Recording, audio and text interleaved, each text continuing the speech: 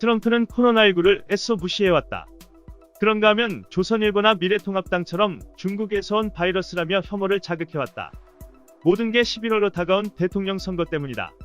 트럼프는 교통사고 피해자가 코로나19 희생자 수보다 훨씬 많은데 그렇다고 차를 몰지 말라고 할 수는 없는 거 아니냐며 각 주마다 시행하고 있는 사회적 거리두기를 다음 주부터 완화하겠다는 입장이었다. 대선 가도에 결정적 영향을 미칠 수 있는 경제지표 하락을 막고 미국 시장을 영업재개 상태로 만들겠다는 것.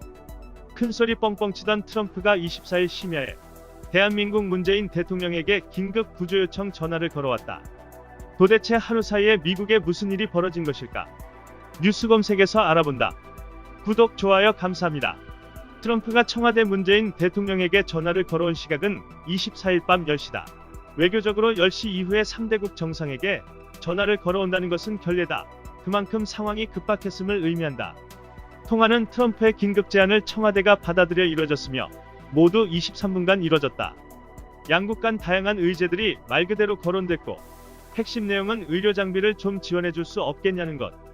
코로나19 대처에 필요한 미국 내 의료 장비들이 태부족해 자본주의 맹주의자 의료 강국 미국의 원수가 한국 정상에게 요청하는 기상천외한 일이 벌어진 것이다.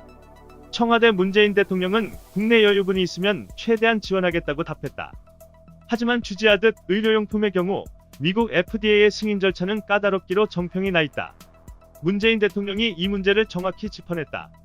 도와주고 싶어도 미국 FDA가 승인 절차를 질질 끌 가능성을 간파하고 있었던 것.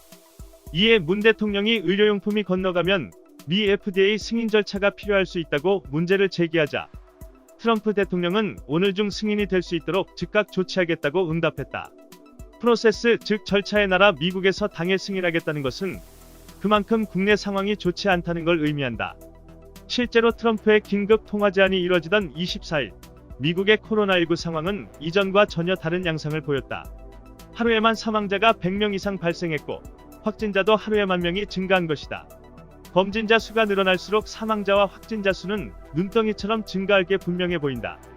확진자 전체 규모가 4만을 돌파하자 트럼프 역시 재선 여부를 떠나 어쩌면 미국이 소요에 휩싸여 파탄날 수도 있겠다는 위기감을 갖게 된 것.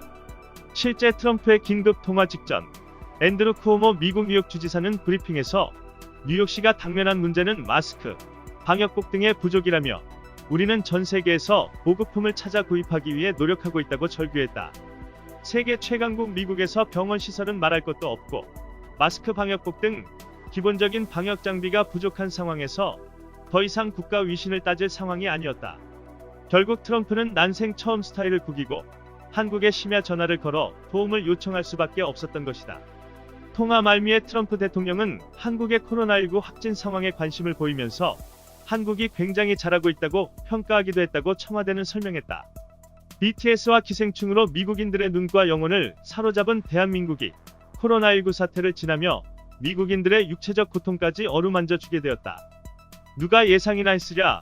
한국 전쟁의 폐허에서 일어난 작은 나라 코리아가 세계 유일 강대국 미국의 위기 상황의 조력자가 되어 나타날 줄이야.